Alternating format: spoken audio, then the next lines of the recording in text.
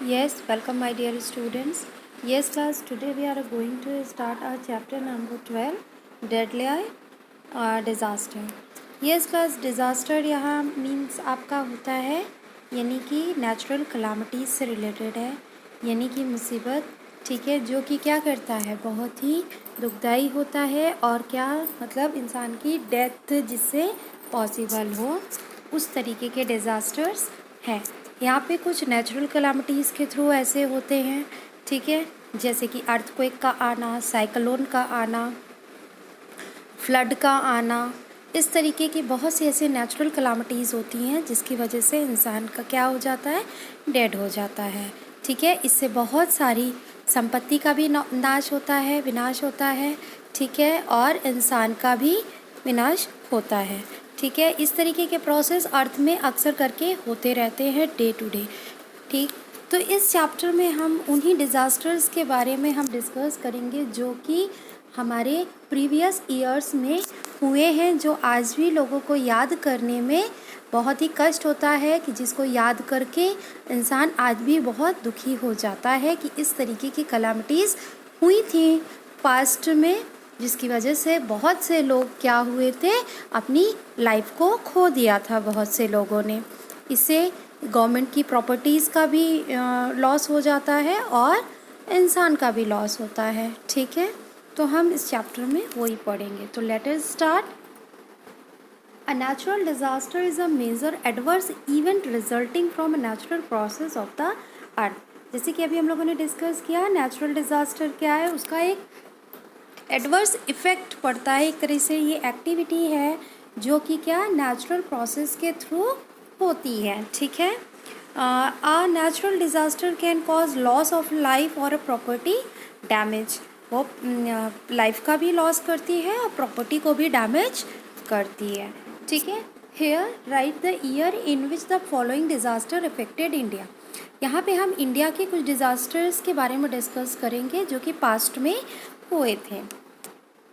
Now the first one, Kashmir flood. यहाँ एक बार कश्मीर में बहुत ज़्यादा बाढ़ आई थी, ठीक है, जिसकी वजह से बहुत ज़्यादा लोगों की इसमें जान भी गई थी, बहुत से लोगों की संपत्ति का भी नष्ट हुई थी।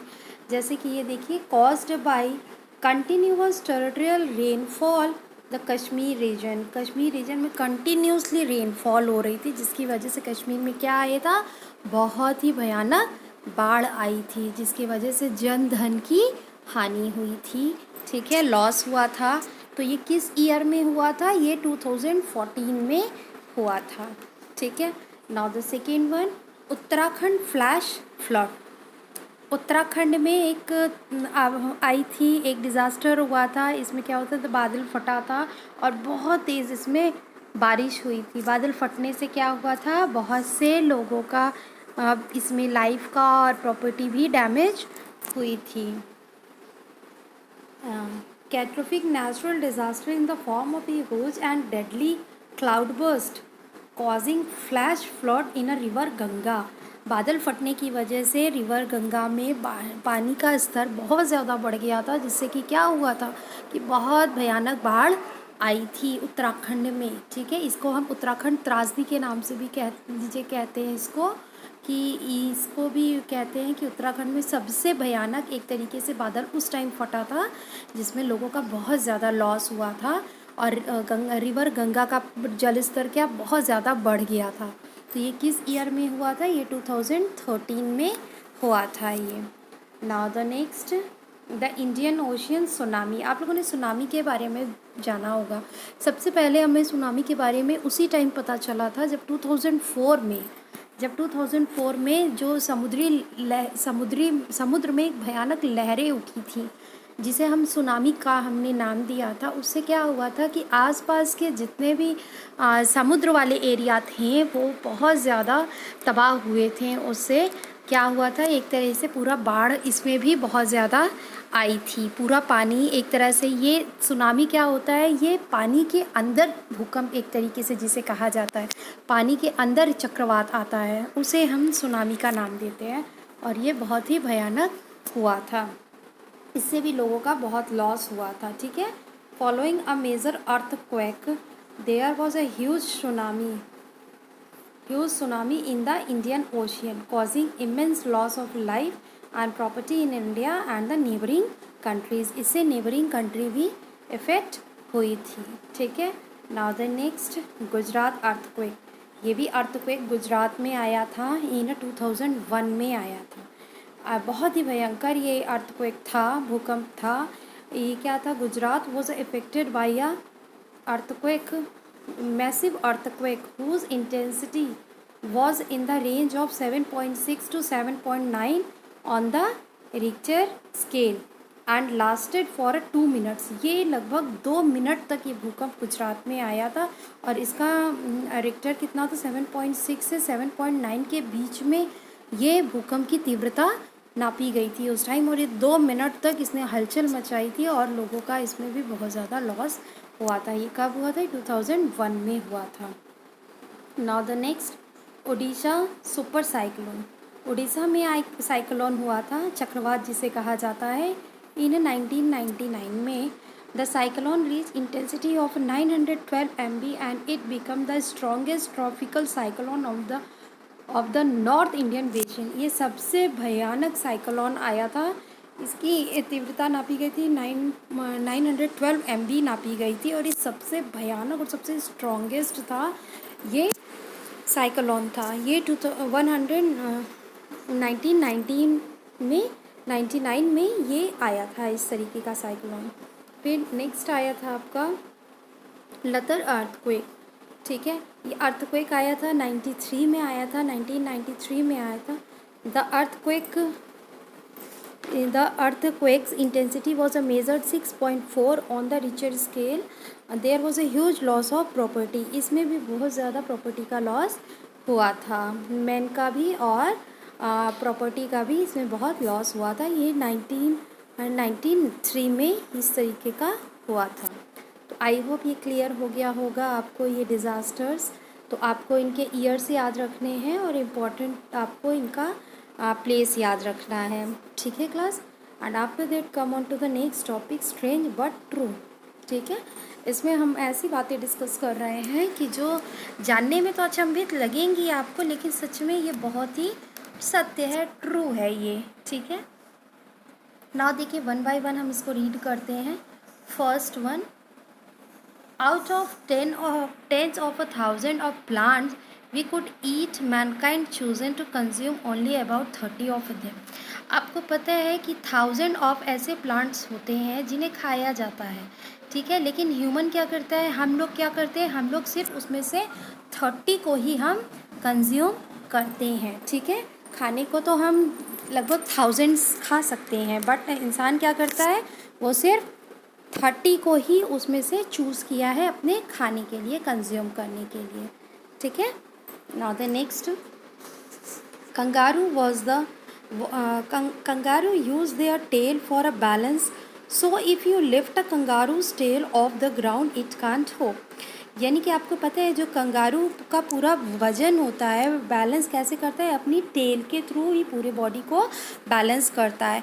और आपको पता है अगर आप इसकी टेल को ग्राउंड से उठा देंगे तो ये कंगारू क्या करेगा, उछल ही नहीं सकेगा, ठीक है। तो ये एक तरह से कह लीजिए अपनी पूरी बॉडी का बैलेंस इसका किस में होता है, इसकी टेल में होता है, इसकी पूंछ में होता है, ठीक है। Now the sponge are the simplest of all animals, sponge lack the specialised tissue. Sponge क्या होता है, एक तरीके का टिश्यू होता है, ठीक है। The body of sponge consist of cell that are embedded within a matrix. इसके अंदर एक तरीके का सेल होता है, tiny spiny protein called spicules are scattered throughout this matrix and form a support structure for the sponge. Sponge have many small pores and channels distributed throughout their body. एक तरीके से sales होते हैं एक तरीके का इसमें, ठीक है, जो पूरी बॉडी में इसके फैला हुआ होता है, ठीक। Now the next, Isaac Newton was the first to explain tide with the gravity related to sun, the earth and the moon. जो इसाक न्यूटन थे वो फर्स्ट ऐसे बंदे थे जिन्होंने ये चीज़ एक्सप्लेन किया था, जो टाइड हमारा आता है, जिसे हम क्या कहते हैं, टाइड होता है, ये अर्थ और मून की ग्रेविटी से और आप को रिलेट करता है, जिसकी वजह से क्या आता है, ज्वार और भाटा आता है। ठीक है, तो ये इसाक न्यूटन ने सबसे पहले इस चीज़ को एक्सप्लेन किया था। Now the next, when they are born मॉस्कुलस are nearly embryonic state, at a birth their eye, ear and rear limbs are poorly developed. In contrast, structure that they need to crawl to their mother's pouch to nurse are well developed. This include their forelips, nostril and mouth. क्या आपको पता है जो मार्सुपिलियस होते हैं, यानी कि जो अपने बेबी को पाउच में रखते हैं, उन्हें हम मार्सुपिलियस कहते हैं। वो क्या होते हैं, जो बच्चे उस टाइम पैदा होते हैं वो एक तरह से आपके कह लीजिए प्री मैच्योर होते हैं, वो पूरी तरीके से मैच्योर नहीं होती हैं। उनकी आईलिड्स किसी किसी की नहीं बनी होती है, किसी किसी के ईयर्स नहीं डेवलप हुए होते हैं, आइज़ नहीं खुली हुई होती हैं, वो पूरी तरीके से डेवलप नहीं हुई होती हैं। लेकिन जब वो अपने पाउच में, अपनी मदर के पाउच में रहते हैं, जिसकी वजह से उनको क्या मिलता है, नरिशमेंट मिलता है, और वो क्या करते हैं, धीरे धीरे डेवलप होते हैं। और जब तक वो डेवलप नहीं होते, उनकी मदर उनको अपने पाउच से नहीं निकालती हैं। ठीक है, now the earth is the only planet in the solar system where rainbow are possible. Earthquake आपको पता है, सिर्फ अर्थ आपका ही है ऐसा, अर्थ में ही अर्थ एक ऐसा प्लैनेट है जिसमें कि आपका रेनबो दिखाई देता है, और किसी भी प्लैनेट में आपको रेनबो दिखाई नहीं देता है। Now the next, do you know that no two people are the same rainbow, see the same rainbow? Why? A person standing next to you is standing in a slightly different spot and seeing the rainbow in a slightly different place. The rainbow may look the same, but they are a little different because the person next to you see different raindrops. आपको पता है कभी भी दो व्यक्तियों को एक जैसा रेनबो नहीं दिखाई देता। आप बगल बगल खड़े हो रहे होते हो तो आपको रेनबो का कुछ अलग दिखाई देगा, और आपके बगल में कोई अगर खड़ा होगा तो उसको रेनबो कुछ अलग तरीके से दिखाई देगा। वो डिफरेंस बहुत ही माइनर होता है, लेकिन ये एग्जैक्ट नहीं दिखाई देता है, क्योंकि आप जिस ड्रॉपलेट्स को देख रहे हो रेन के, वो अलग दिख रहा है, जिसकी वजह से आपको रेनबो का कलर कुछ अलग दिखेगा, और जो आपके नेक्स्ट खड़ा होगा उसको रेनबो अलग दिखेगा, क्योंकि उसको रेन की अलग ड्रॉपलेट्स दिख रही होती हैं। क्लियर है? तो ये बात मुझे भी नहीं मालूम थी कि कभी भी अगल बगल खड़े बंदों को रेनबो एक जैसा नहीं दिखाई देता है। ठीक है, नाउ द नेक्स्ट आपका दिया है, the states falling within the periphery of Indian flood prone area are West Bengal, Odisha, Andhra Pradesh, Kerala, Assam, Bihar, Gujarat, Uttar Pradesh, Haryana, Punjab. The intense monsoon rain cause river like Brahmaputra, Ganga, Yamuna, etc. to swell their bank, in turn flood the adjacent areas. Next, southern and the southwest part of the India were affected by major famine in 1876 to 78, which killed nearly 3 crore people. The famine, which first started in China, spread out to India and affected millions of people in the period between 1876 and 1878. Even today it is considered as one of the worst natural calamities in India of all time. आपको पता है एक बार 1876 और 78 में एक बहुत ही बड़ा अकाल आया था, एक साउथर्न वेस्ट पार्ट में आया था इंडिया के, बहुत ही भयानक अकाल जिसे कहा जाता है। इससे पहले कभी ऐसा अकाल नहीं पड़ा था इंडिया में। और ये कहाँ से इफ़ेक्ट हुआ था? ये चाइना से स्टार्ट हुआ था और पूरे इंडिया में ये इफ़ेक्ट हुआ था। इसमें लगभग 3 करोड़ पीपल मारे गए थे इस अकाल से। ठीक है, भुखमरी जिसे कहा जाता है, अकाल जिसे कहा पड़ जाना, बारिश ना होना, अनाज ना उग पाना, ये सारी सिचुएशन हुई थी। ठीक है, और इससे भयानक कभी भी ऐसी कोई नेचुरल कलामिटीज़ इंडिया में नहीं आई, जो कि 1876 और 78 ईयर में आई थी। ठीक है, the Kosi river is known as the sorrow of Bihar, as the annual flood affect about 21,000 kilometre square of fertile agricultural land, thereby distributing the rural economy. आपको पता है जो बिहार की कोसी नदी है उसको क्या कहा जाता है? बिहार का शोक के नाम से जानते हैं, क्योंकि हर साल उसमें ऐसी बाढ़ आती है कि जिससे काफ़ी लोग उसमें इफ़ेक्टेड होते हैं। तो इसलिए कोसी नदी को क्या कहा जाता है, बिहार का शोक कहा जाता है। ठीक है। Now the groundwater on a water is stored. The earth's surface can reach there for 1,000 of year before moving. आपको पता है कि जो आपका ग्राउंड वाटर होता है, यानी कि भूतल में जो आपका वाटर स्टोर किया हुआ होता है, इससे आपको पता चलता है कि वहाँ पे कम से कम हम 1,000 ईयर बिफोर तक हम उसको पता कर सकते हैं कि यहाँ पे कभी नीचे पानी हुआ करता था। ठीक है। Since the moon moves around the earth, it is not always in the same place at the same day each day.